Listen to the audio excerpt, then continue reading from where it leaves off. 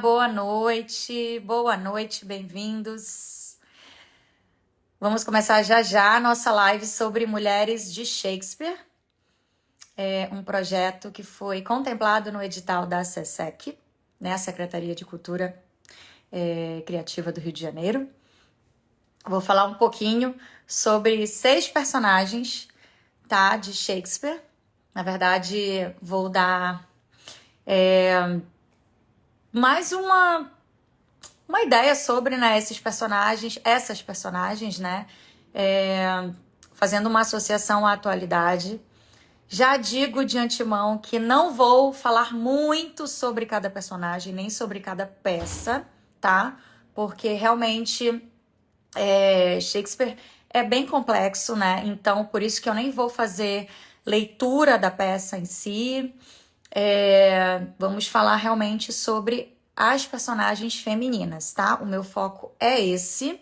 Quem me conhece sabe que eu gosto muito de Shakespeare, né? Sou uma estudiosa de Shakespeare. Fiz o meu TCC da Faculdade de Artes Cênicas sobre a personagem Julieta. Vou falar um pouquinho dela também. E vou falar um pouquinho sobre essas 6 personagens. E quem tiver alguma dúvida, assim que eu falar sobre elas, eu vou abrir aqui para perguntas, tá? Então já anotem aí o que vocês querem perguntar ou saber ou tiverem alguma curiosidade sobre. Então, gente, vou começar falando que Shakespeare, né? Eu acho que antes de Shakespeare, a gente vê na literatura, nenhum outro dramaturgo, né, foi tão essencial assim em falar sobre a natureza humana, né? Mais especificamente sobre a mulher, né, a figura feminista. Ele foi intitulado como feminista por alguns críticos, tá? E também existem alguns críticos que dizem que não, que isso não acontecia, mas eu vou me ater aqui à minha pesquisa. Anotei aqui uns pontos que eu não posso deixar de falar para vocês de jeito nenhum. Então, vou começar falando sobre Julieta, né, que eu acho que é uma das obras mais conhecidas de Shakespeare, Romeu e Julieta. Existem filmes mais atuais, né, também sobre, para quem não leu. E eu quero começar falando dessa personagem, que eu acho que ela traz um universo muito atual, carregado de coisas muito inteligentes, né? Shakespeare escreveu Julieta, que nada mais é do que uma menina. Julieta, no conto, na peça, eu não sei se vocês sabem, mas ela tem 13 anos de idade. E Romeu, 16 anos. Então, mais do que um romance, né? Mais do que falar de amor, na verdade, ali existe toda uma conversa sobre uma sociedade patriarcal, né? Onde a Julieta se opõe, né, a esses valores patriarcais. Então, a partir do momento que a Julieta decide, né, fugir, que ela decide viver um amor no auge da transição da infância, né, para a adolescência, que é essa idade aí de 13 anos, ela tá indo contra tudo o que é ditado naquela época, né? Então, se a gente parar para pensar, uma sociedade onde o pai iria escolher o marido, né, da sua filha, ela decide simplesmente fugir com o seu praticamente arqui-inimigo, né? Porque existe uma rixa ali entre Montec e Capuleto, né? Então também tem toda uma disputa ali política, social, envolve temas muito mais complexos, né? Não que o amor não seja complexo, mas ali envolve muitas outras coisas. Então, no auge da sua juventude, ela se mostra, né, uma menina mulher completamente destemida. Ela enfrenta desafios, né? E ela finge, né, uma farsa que, vamos dizer aqui entre parênteses, é muito comum assim na adolescência, né? Isso tudo com o intuito de viver um amor que ela conheceu há pouquíssimo tempo, né? Então, assim, é uma história de uma paixonite aguda que explode e ela decide fugir, ela decide viver essa farsa.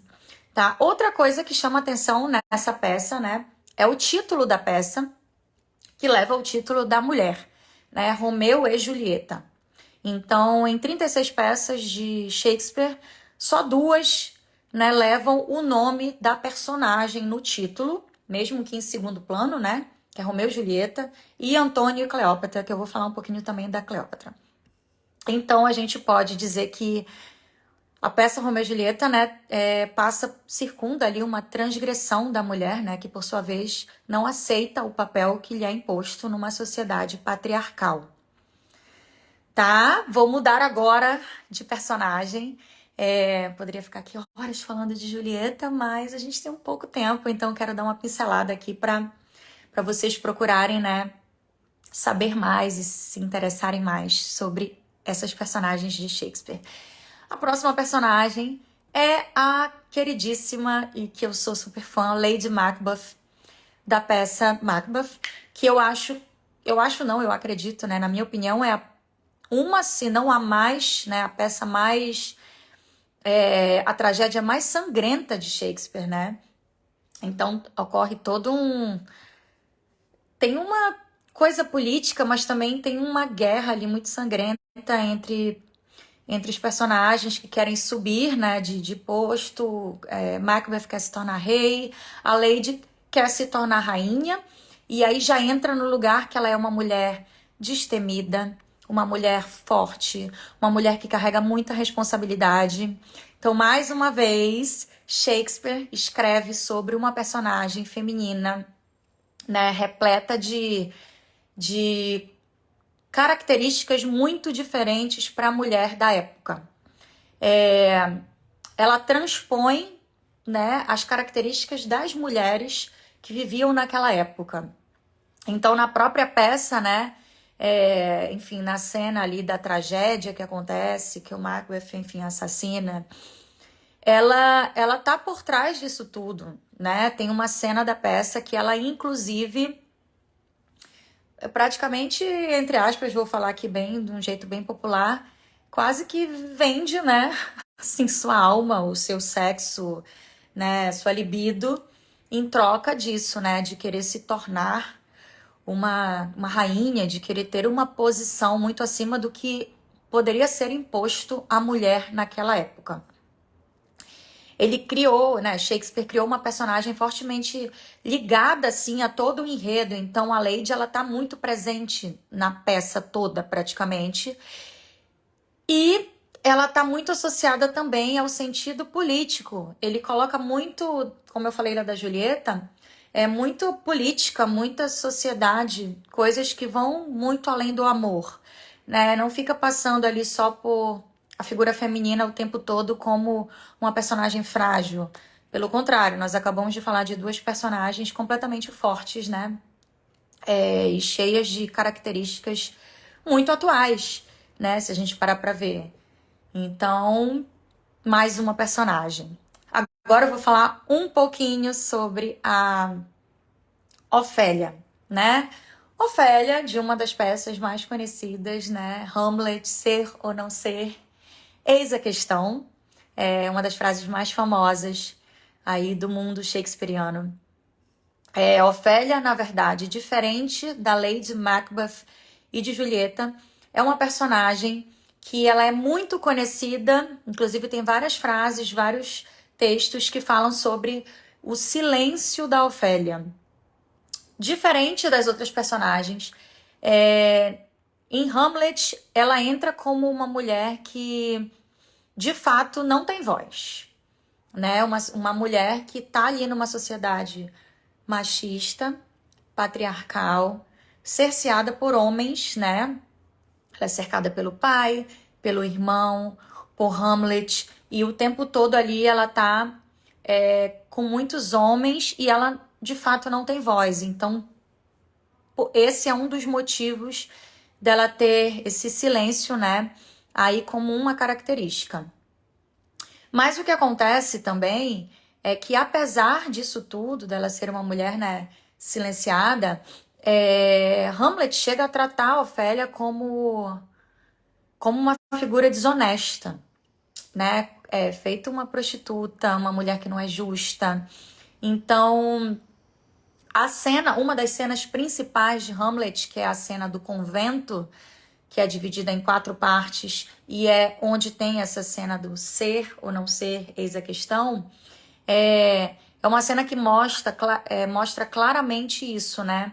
Ela é quase que obrigada a suportar ali em silêncio tudo o que lhe é dito, né? Ela não é ouvida. Então, isso também traz para nossa sociedade atual, né? Uma mulher que não é ouvida, que a voz masculina está sempre em primeiro plano, que não tem a oportunidade de se defender, mesmo quando ela é chamada de prostituta, quando ela é mandada a se recolher num convento. Enfim, ela é obrigada a suportar, né, uma humilhação que, na verdade, ela é tratada ali como um objeto, né? Podemos dizer assim. Então, se a gente comparar, mesmo falando que Shakespeare escreve sobre mulheres fortes, também tem obras que ele coloca a mulher nesse lugar, até porque, né, estamos falando de uma época aí onde a sociedade patriarcal estava em vigência, né? Ainda existe isso, mas nessa época era muito mais forte, né? Isso tudo. Agora vamos falar de uma outra personagem que essa eu posso dizer que para quem nunca leu Shakespeare, com toda certeza vocês já viram algo que poderia se remeter a isso, né? Que é a Catarina de Megera Domada. Para quem nunca leu, né, a Megera Domada, você com certeza já deve ter assistido 10 Coisas que Eu Odeio em Você, né? Ou O Cravo e a Rosa, que é uma novela nossa, brasileira. São duas referências, né, à Megera Domada. Inclusive até em nome, né? O Cravo e a Rosa usa o nome também, Bianca, Catarina, que são os nomes das personagens, né? Na peça de Shakespeare, na peça real. Ambas as produções remetem claramente, né, à referência da Megera Domada. E a Megera Domada, eu acho que talvez essas peças, esses filmes, né, a novela, tenham sido trazidos novamente, porque é algo muito atual. Conta a história, né, de duas irmãs, que a mais nova é toda apaixonada e quer casar, só que ela só pode casar, né, sociedade patriarcal, depois da mais velha, que é a Catarina, de quem eu estou falando. Mas a Catarina, gente, ela não quer casar. Ela não quer viver sobre o título de um homem, né? Ela não aceita ser domada. Por isso que o nome é A Megera Domada. Mas se vocês prestarem atenção, o título da peça é A Megera, né? Então, a mulher que não quer viver sobre os cuidados, sobre o poder de um homem, olha que coisa louca, né? Ela é chamada de megera, né? Ela não é um nome assim, né? Sei lá, não é uma coisa libertadora.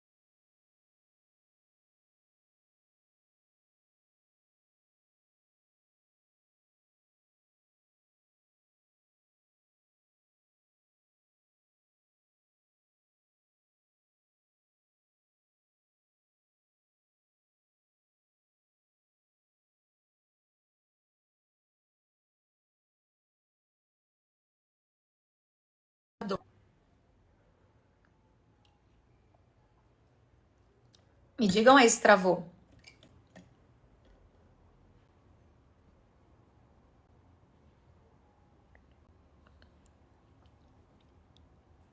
Me digam se tá travando para vocês, que algumas pessoas colocaram aqui que tá travando.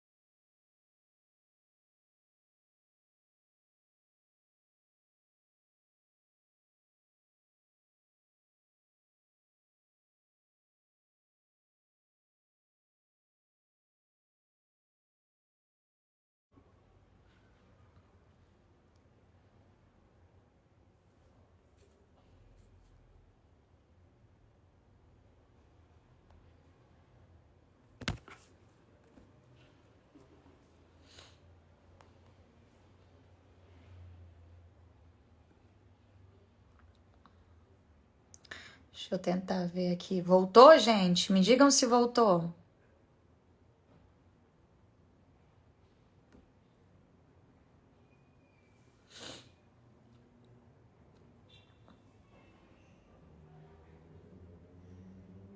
Voltou?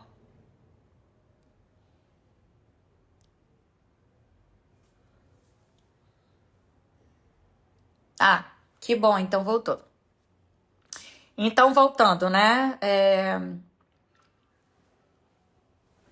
Aparece Petrúquio na vida de Catarina e consegue amansar a fera, né? Então, a partir do momento que a gente coloca um personagem para domar uma mulher, mesmo que apareça uma personagem super feminina, a gente percebe que ela, sozinha, não consegue ter voz, né? Então, ela começa com toda essa força, com todo esse poder na peça, mas a peça termina com a Catarina completamente domada pelo Petrúquio. Então a gente percebe, né, que assim, aí existem, né, estudos dizendo que Shakespeare fez isso propositalmente, né, para mostrar que existia uma sociedade patriarcal e que as mulheres não tinham voz. E existe uma linha de raciocínio que diz que Shakespeare não, não afirmava positivamente o feminismo, tá?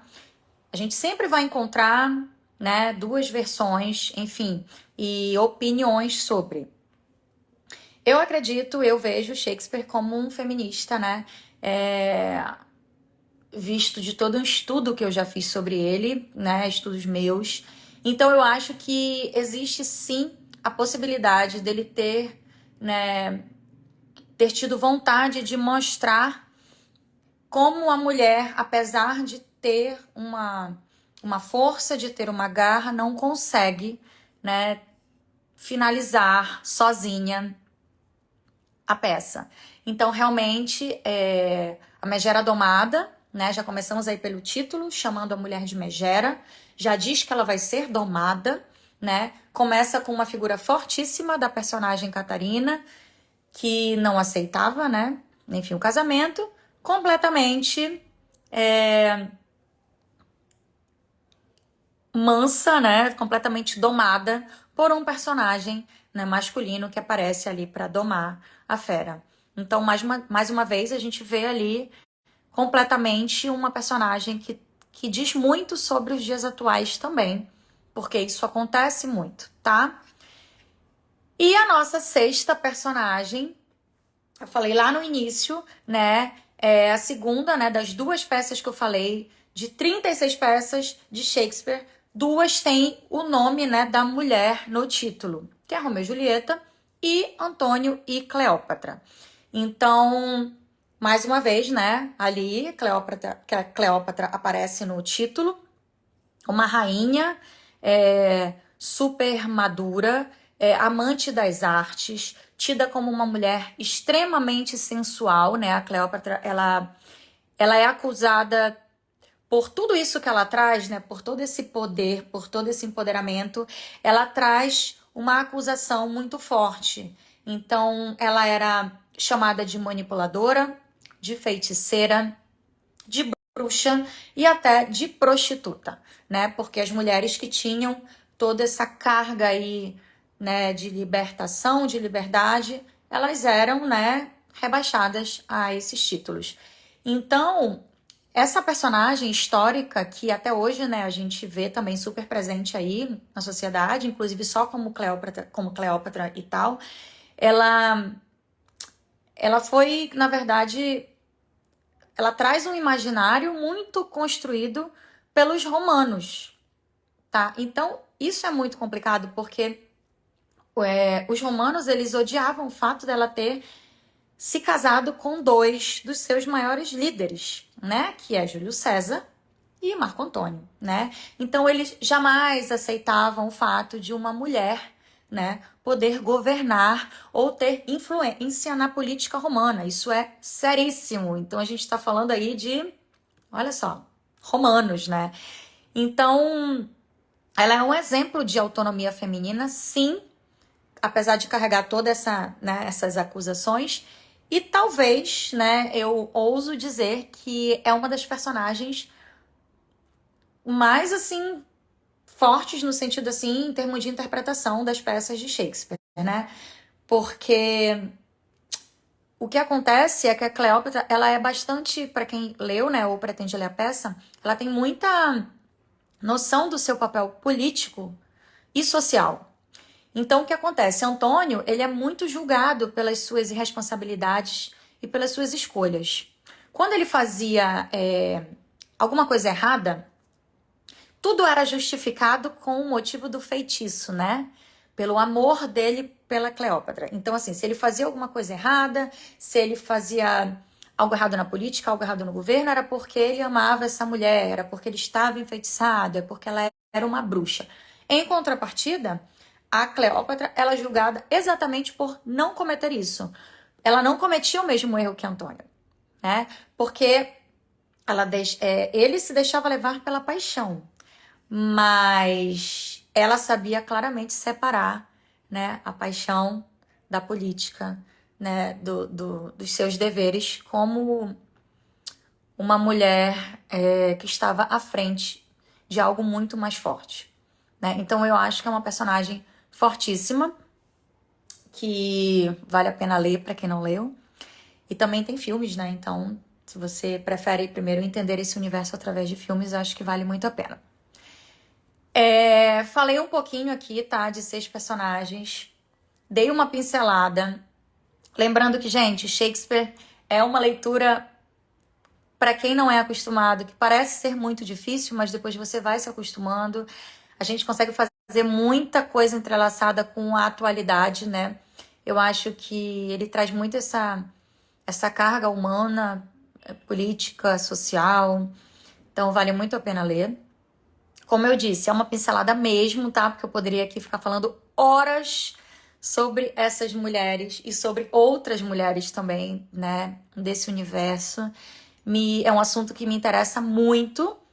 E eu queria saber se vocês têm alguma pergunta, se vocês têm alguma dúvida, ou algo que vocês queiram que eu fale um pouquinho mais, tá? Então vamos lá. Mandem aí. Alguém tem alguma pergunta? Alguém tem alguma curiosidade?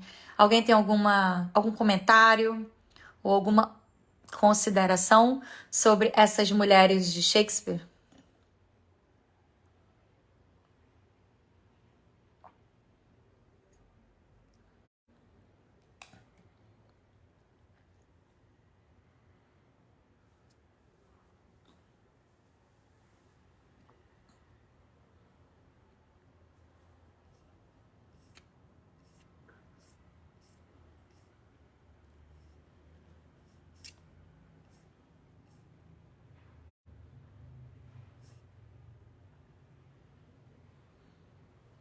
Qual o primeiro livro de Shakespeare que eu li? O primeiro livro de Shakespeare que eu li foi Romeu e Julieta. Foi Romeu e Julieta. Eu acho que é uma obra muito conhecida, né? Tem os filmes, eu já assisti também aquele filme com Leonardo DiCaprio. Eu era bem mais nova. Gosto de romance. E foi Romeu e Julieta. Você acha que, no geral, o cinema adapta bem as obras de Shakespeare? Olha, eu até acho que sim, porque o que acontece? Shakespeare é muito complicado, né, para fazer uma adaptação. Então, eu acho que o cinema ele consegue adaptar melhor as obras de Shakespeare quando eles trazem para uma coisa mais atual, por exemplo, das coisas que eu odeio em você, o Romeu e Julieta do Leonardo DiCaprio. Eu acho que são releituras, né? São referências que cabem muito bem e são muito atuais, né? Talvez não ficasse tão fiel se fosse querer fazer uma adaptação tão igual, né? Mas, por exemplo, tem as adaptações mais fiéis, né? Como Hamlet,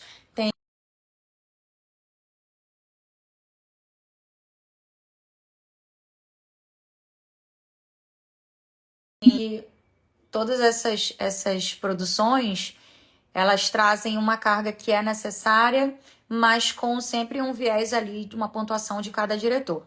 Então, no geral, eu gosto, tá? É óbvio que tem algumas, por exemplo, obras, algumas adaptações que são melhores do que outras, tá? Então, isso é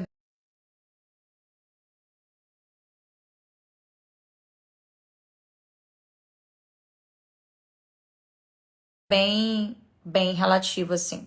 Mas, no geral, acho que sim. Qual dessas mulheres você mais se identifica? Gente, eu acho que todas. Porque eu acho que Shakespeare consegue, em cada mulher, colocar alguma característica nossa. Eu acho que a gente tem um pouquinho, né, dessa rebeldia da Julieta, eu no caso, né? Um pouquinho da rebeldia da Julieta. Me considero muito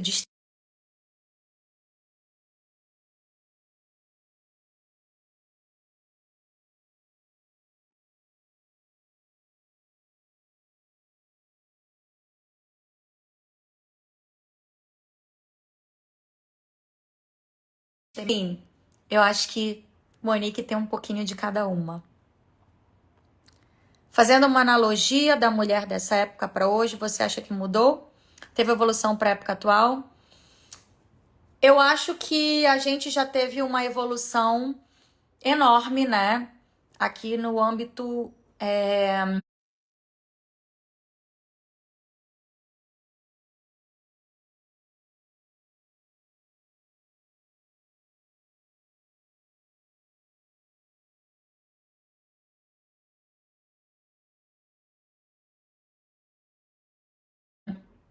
relacionado à mulher.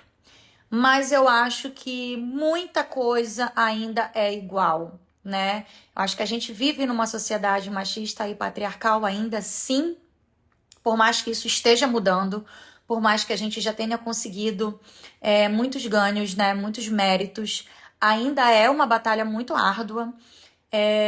Então, assim, eu acho que evolução teve, mas eu acho que a gente ainda pode evoluir muito mais. E eu acho que as mulheres de hoje, né, estão cada vez mais conscientes disso e cada vez mais buscando, né, o seu lugar ali na sociedade. Então, por isso que eu gosto muito de fazer essas analogias das mulheres de Shakespeare com a atualidade. Porque eu consigo ver evolução, mas eu consigo ver que muita coisa ainda, né, é igual. A gente vive numa sociedade, a gente nasceu numa sociedade patriarcal, né? Então é muito difícil a gente conseguir mudar isso da noite pro dia. Então a ideia é que daqui para um futuro, né, as nossas filhas, as nossas netas, né, tenham uma sociedade cada vez mais evoluída, né, e consigam ter cada vez mais referências do feminino como deve ser, né?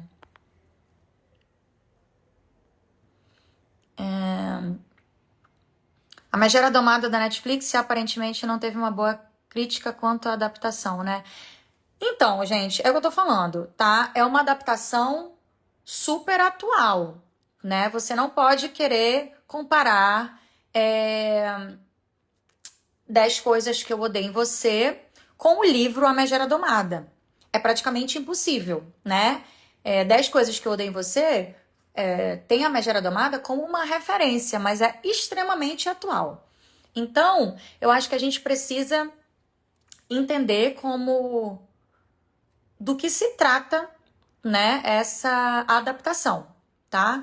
Eu falo muito aqui, eu faço muitas resenhas sobre filme, tá? E algumas coisas eu super concordo com vários críticos de cinema, outras eu tenho a minha opinião, que eu acho que é importante a gente ter a nossa visão sobre. Eu gostei muito de 10 coisas que eu odeio em você, porque eu acho que tem uma linguagem muito simples de ser entendida. Então, se um adolescente, por exemplo, quer ler A Megera Domada e ele assiste esse filme antes, eu acho que facilita muito o entendimento, até porque Shakespeare tem um linguajar, né? Tem uma escrita muito própria dele. Então, eu acho que é uma adaptação com uma referência na obra de Shakespeare, mas com uma ideia completamente atual, tá? Então, eu acho que assim, depende muito do que está sendo criticado. Está sendo criticada a atuação? Está sendo criticado o roteiro? Né? Aqui a gente está falando basicamente da obra, né? Da adaptação em si. Então, eu acho que é um filme que tem que ser visto, é leve e eu acho que é muito uma referência muito bacana, sim. Já assistiu a tragédia de Macbeth? Óbvio, acho o Denzel, como foi dito por um crítico, e eu super concordo, tem uma atuação assim colossal, né? Ele já é um ator maravilhoso e acho que para essa adaptação, sinceramente, não tinha ator melhor para ser escolhido. Então, assim, achei maravilhoso, tá?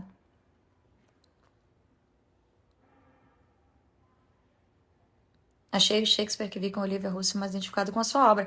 Sim, é como eu falei, gente, vão ter várias adaptações, tá? Algumas muito mais próximas e que vão ser muito mais identificadas com a peça, né?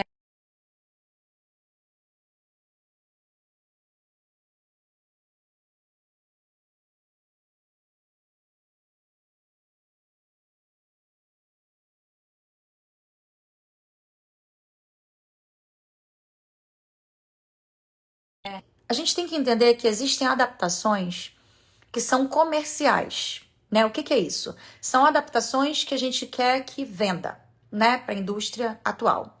Como, por exemplo, 10 coisas que eu odeio em você. Se uma pessoa não entende muito a obra de Shakespeare e a gente faz uma adaptação extremamente fiel à obra, o que eu vou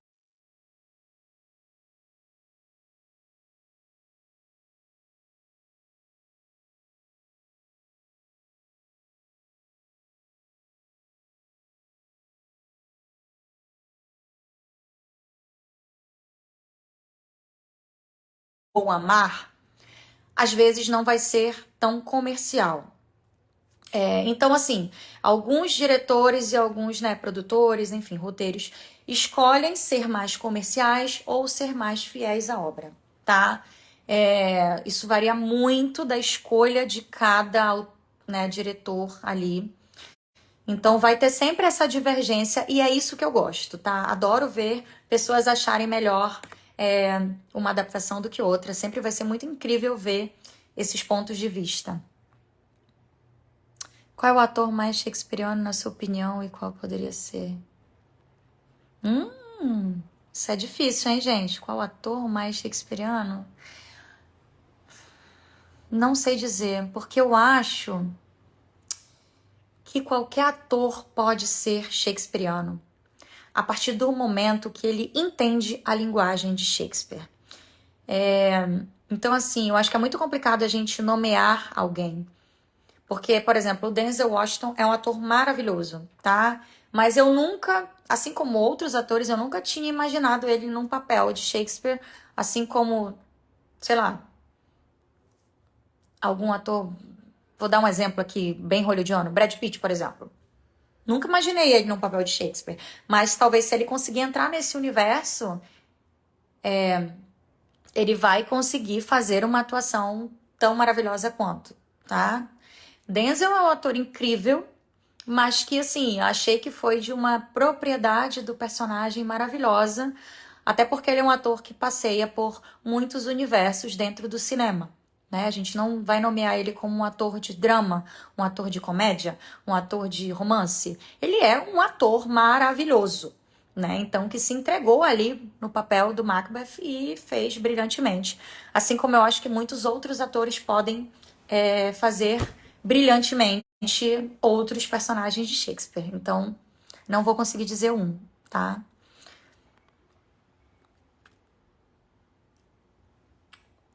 Segundo Shakespeare, o amor é cego. Se é cego, ele nunca.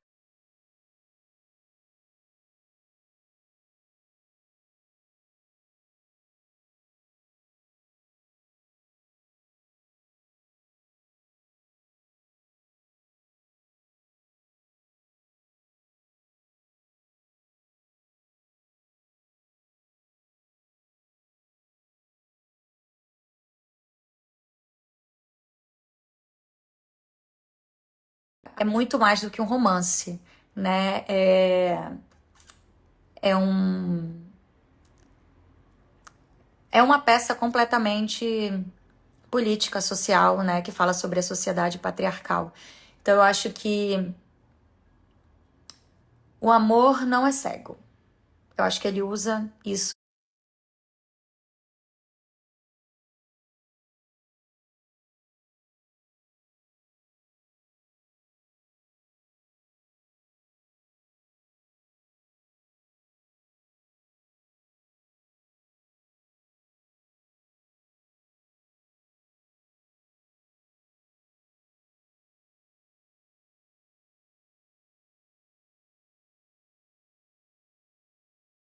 para mostrar pra gente que vai muito além disso, né? Julieta não vê como amor sendo cego, acho que ela vê mais como uma libertação. Mas isso já é uma visão completamente feminina, talvez feminista, e de uma mulher, né? Ela quer muito mais ali mostrar que ela pode viver um amor que para muitos homens pode ser cego, mas que para ela quer dizer muito mais que isso, quer dizer que ela tem liberdade de escolher quem ela pode e quem ela quer amar. É isso, deixa eu ver se tem mais alguma pra gente já ir se encaminhando pro nosso término. Já teve algum manuscrito de Shakespeare em mão? Gente, Deus é maior, né? Eu não sei nem, acho que eu ia desmaiar. Já estive em Stratford-upon-Avon, que é a cidade, né, de Shakespeare, e pra mim foi uma das viagens mais incríveis da minha vida. Se eu tivesse um manuscrito de Shakespeare na minha mão, meu coração até comecei a sentir um calor aqui. Nem sei o que eu sentiria, mas com certeza isso seria muito, muito legal. Hum... Bom, vou finalizar aqui com a pergunta do Alex. Os atores britânicos se saem melhor interpretando Shakespeare ou os americanos não dão conta? Eu acho que não é uma questão de americano não dar conta. Eu acho que é uma questão de que os ingleses, eles têm, né? O, eu brinco assim, assim como a gente tem um borogodó brasileiro, né? Borogodó das nossas tradições, eles têm um borogodó shakespeariano, né? Eles são ingleses, eles nasceram ali, né, praticamente em solo shakespeariano. Então, eles já têm toda uma característica neles que é muito mais próxima do que outros atores. Mas, como eu falei, não quer dizer, tá, que atores americanos, brasileiros, japoneses, enfim, não consigam interpretar Shakespeare. Super vão conseguir. Mas se a gente parar para pensar, até na adaptação, se for fazer alguma adaptação inglesa, até o sotaque, até o jeito de falar e o jeito de entender vai ser diferente do que qualquer outra nacionalidade, porque os ingleses, eles respiram Shakespeare, gente. Então, assim como brincam, né, que brasileiros, vou fazer uma analogia que bem, né, que não é nem artística, mas assim como dizem que a gente respira futebol, que o futebol brasileiro é isso e aquilo, eles respiram Shakespeare, né? Então é quase impossível a gente comparar um ator inglês que já tem,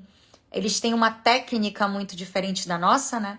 Eles têm uma técnica muito peculiar, que é a técnica, inclusive, que eu estudo e é a técnica que eu gosto, a técnica da verdade, a técnica que eu acredito. É muito diferente a gente ver ator inglês em uma peça de Shakespeare do que qualquer outro lugar. E eu digo isso porque eu já tive a honra e a oportunidade de assistir, tá, Macbeth no Globe, lá em Londres. E assim, é uma coisa de arrepiar. Tá? É bizarro, é incrível. Mas não estou dizendo que nós não conseguiríamos ou que os americanos não conseguiriam, tá? Todo mundo com estudo e com entendimento consegue exatamente. É como o nosso Jorge Amado para o Brasil. Pronto, você fez uma referência maravilhosa. É exatamente isso. Tá? Com certeza um inglês vai conseguir interpretar um Jorge Amado, mas com certeza não vai ser como nós. Tá? Então, assim, é isso, todo mundo consegue tudo. Eu acho que nós somos do tamanho dos nossos sonhos e das nossas vontades, completamente capazes. Basta a gente estudar e querer muito. É isso, gente. Gostei muito desse bate-papo com vocês. Um pouquinho sobre Shakespeare, um pouquinho sobre essas mulheres que merecem ser, né, mais que merecem ter um espaço aqui, né, na arte. A gente sempre fala aí de Hamlet, de Macbeth, de Romeu. Vamos falar sobre Ofélia, sobre Julieta, sobre Catarina, sobre Cleópatra. Então vamos falar sobre essas mulheres que são mulheres tão importantes para o mundo, né, para a arte, não só para a arte, mas para todas as pessoas. Mulheres, leiam Shakespeare. Homens, leiam Shakespeare, sabe? Mundo, leia Shakespeare, porque Shakespeare é completamente atual. E apesar de vocês acharem que tem uma linguagem difícil, insistam um pouquinho, que com certeza vocês vão se apaixonar e vão querer saber cada vez mais sobre esse universo. Muito obrigada a todo mundo que está aqui com a gente. Estou vendo aqui muitas amantes de Shakespeare, que eu já sei. Pessoas muito incríveis aqui comigo. Obrigada do fundo do meu coração, gente, por estarem aqui em mais esse encontro artístico. E eu espero que tenham muitos outros, né, daqui para frente, com Shakespeare e com outros maravilhosos autores, escritores, diretores e tudo mais. Um beijo para vocês no coração. Um beijo de uma apaixonada por Shakespeare e uma mulher de Shakespeare, nesse caso eu, Monique Rawat. Beijo.